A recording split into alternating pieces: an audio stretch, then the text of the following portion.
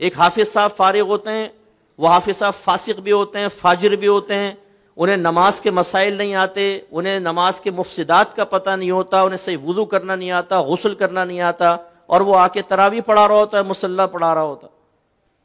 ناراض مت ہوئیے گا، ہماری مسجد کمیٹی اس کا امتحان لینے کے لیے یہ نہیں پوچھتی کہ تمہیں کچھ مسائل پتہ ہیں کہ نہیں پتہ، تم امامت کرو گے۔ وہ کہتے ہیں 2 رکعت نماز پڑھ کے سنائیں ذرا، ہم دیکھتے ہیں، ہمارے نمازی ٹیسٹ لیں گے آپ کا کہ آپ کیسا پڑھتے ہیں۔ یہ 2 رکعت وہ اخلاص کے ساتھ پڑھ لے، میرا تو حسن ظن قائم ہو ہی نہیں سکتا۔ میرے استاد محترم کر لیں تو الگ بات ہے، میں تو کر ہی نہیں سکتا ہوں، کیسے کریں حسن ظن؟ وہ تو فل ریاکاری کے ساتھ پڑھے گا تاکہ لوگ متاثر ہوں اور میری جگہ بن جائے یہاں پر، اور پھر ہم اس کی خوش الہانی سے متاثر ہو کر مصلی اس کے حوالے کر دیتے ہیں، کیا پڑھا ہے جی قاری صاحب نے یار، 20 منٹ میں 20 رکعت تراویح ختم، واہ کیا بات ہے، یعلمون تعلمون یعلمون تعلمون یعلمون تعلمون، ختم صاحب۔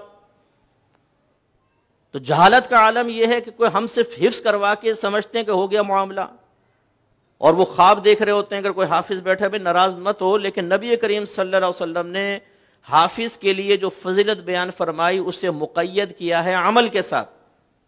رحمت کونین صلی اللہ علیہ وسلم ارشاد فرماتے ہیں کہ جس نے قرآن کو یاد کیا پھر اس کے حلال کو حلال اور حرام کو حرام جانا، وہ بروز قیامت اپنے خاندان میں سے 10 ایسے افراد کی شفاعت کرے گا جن پہ جہنم واجب ہو چکی ہے۔ تو یہ حلال کو حلال، حرام کو حرام جانا تو بیچ میں سے ہٹا دیا۔ جس نے قرآن حفظ کیا 10 کی شفاعت کرے گا۔ حافظ صاحب چھوڑو کے گھوم رہے ہیں، یہاں تراویح پڑھائی، 27ویں میں شیو کر کے زمزم پہ پہنچے ہوئے بہنوں کی زیارت کے لیے، طارق روڈ پہ پہنچا ہوا ہے وہ یاترا کرنے کے لیے پوری رات، یہ حال ہے ہمارا۔ تو ناظرہ حفظ، اس کے بعد 6 کلمے، ایمان مفصل، ایمان مجمل، یہ 6 کلمے نبی کریم سے منقول نہیں ہے، تو بعد کی ایجادات ہیں۔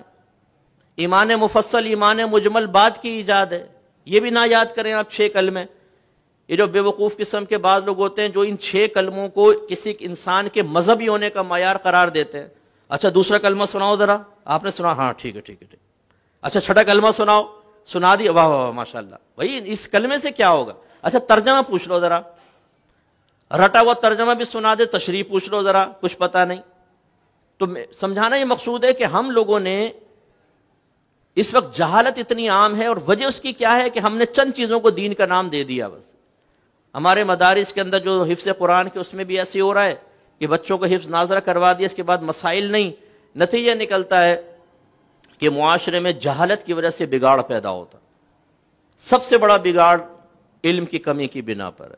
آپ کے نبی کریم صلی اللہ علیہ وسلم نے فرمایا طلب العلم فریضۃ علی کل مسلم، علم کا حاصل کرنا ہر عاقل بالغ مسلمان مرد و عورت پر لازم ہے، لیکن چونکہ ہمارے اندر ایک تحریک بغاوت اٹھ چکی ہے، آج اگر آپ کی گورنمنٹ آف پاکستان یہ اعلان کرے کہ جو فرض علوم سیکھے گا اس کو فرض علوم کے بینیفٹ ملیں گے پر منتھ 1 لاکھ روپے، جو اس فرض علوم کا حامل ہوگا ہر مہینے 1 لاکھ روپے بینیفٹ ملے گا، وظیفہ ملے گا۔ آپ دیکھیں ہم میں سے ہر ایک ڈھونڈ رہا ہوگا یار فرض علوم ہے کیا، ہمیں بتاؤ کیا ہے فرض علوم۔